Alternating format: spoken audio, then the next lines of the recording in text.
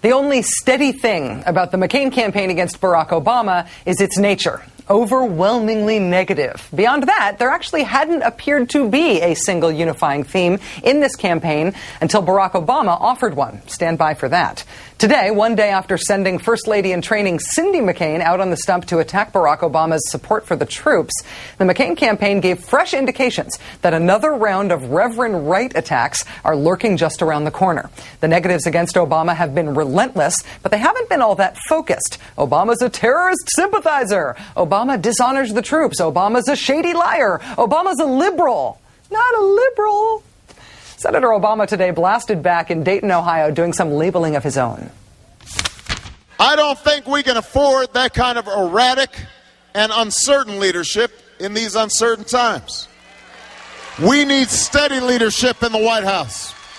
We need a president we can trust in times of crisis. Erratic and uncertain might also be an apt description for the crowds now attending McCain-Palin rallies across the country. From the speaker's podium, we're hearing angrier and angrier attacks, wilder and wilder accusations. From the audience, we're hearing, well, at least we're getting an impression of more of an angry mob kind of thing rather than a political rally. Do you think I'm exaggerating? Well, case in point, here's today's town hall event in Wisconsin. I'm mad.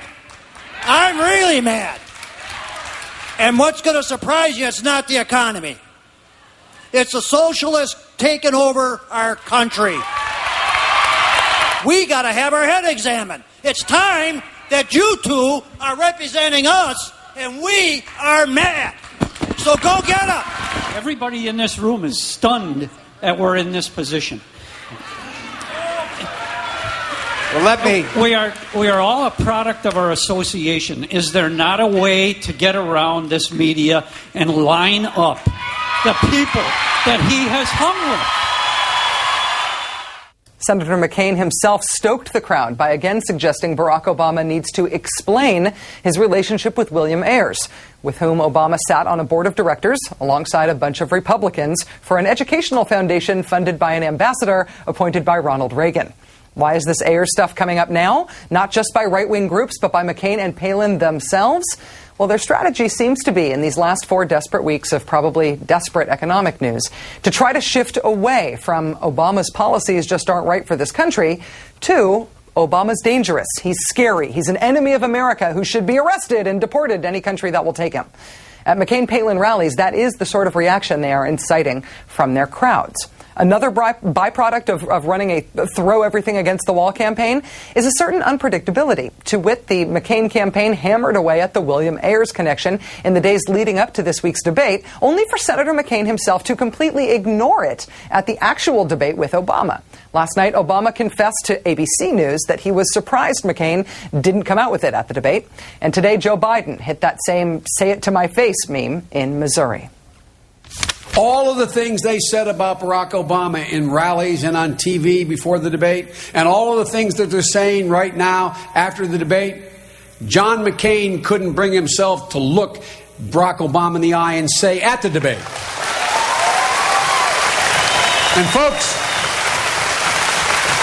in my neighborhood,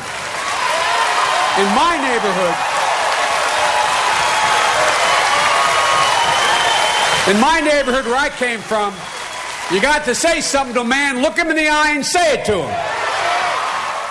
With or without your jacket on. Well, Obama and Biden may soon get their wish.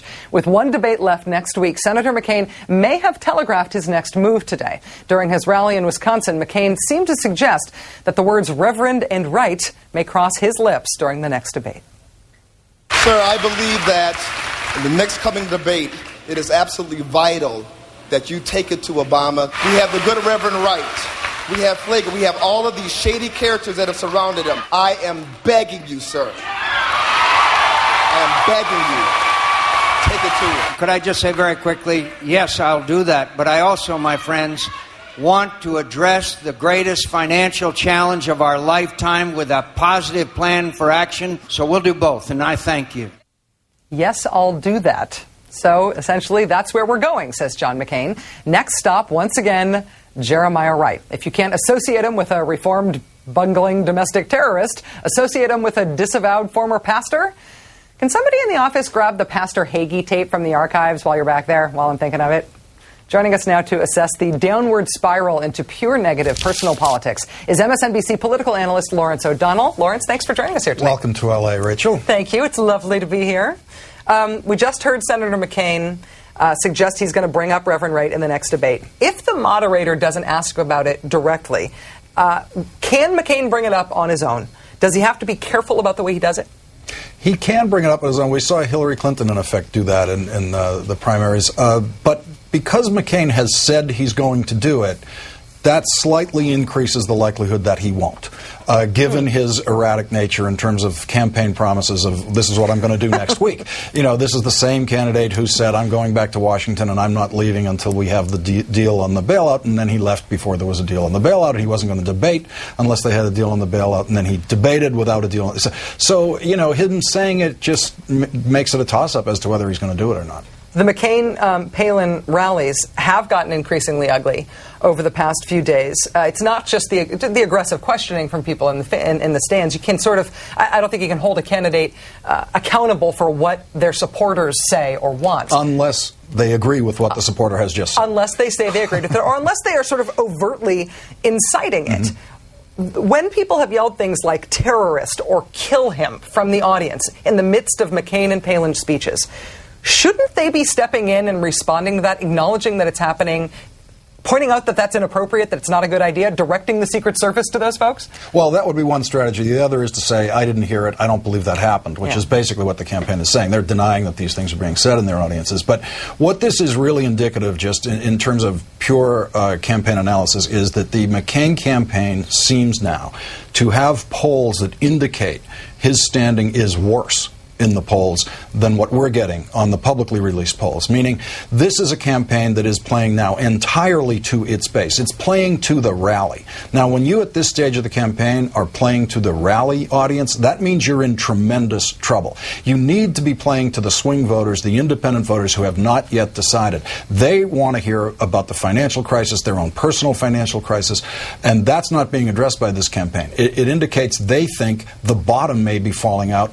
on their base. So they're trying to energize the base. They're trying to energize their base, but when they've got, for example, former Oklahoma Governor McCain campaign co-chair Frank Keating out doing radio interviews today saying Obama is a guy of the street. And this, that they've got people introducing Sarah Palin twice within a span of 2 days, calling him Barack Hussein Obama, and the campaign did say they were against that. But you can see the trend happening here. They may be energizing their base, but it's got to not be speaking to the people in the middle, it's got to be turning off people in the middle. It is. Sarah Palin's negatives are skyrocketing in the polls, and so we have plenty of poll information that says so far this absolutely is not working. McCain will abandon that. He's a very impatient candidate. He will abandon this strategy as soon as their polls prove to him that this is not working. So far, their polls indicate, you know, they're on a slide, and if they can slow down the slide, then McCain will stay with this. But I think actually by a week from now, if there's no traction on this, McCain's going to leave it behind and try to get back to the economy, but that may be way too late for that move. And he may need a new policy to unveil at that point in order to do it. Lawrence O'Donnell, MSNBC political analyst. Nice to see you in person. Thanks for being here.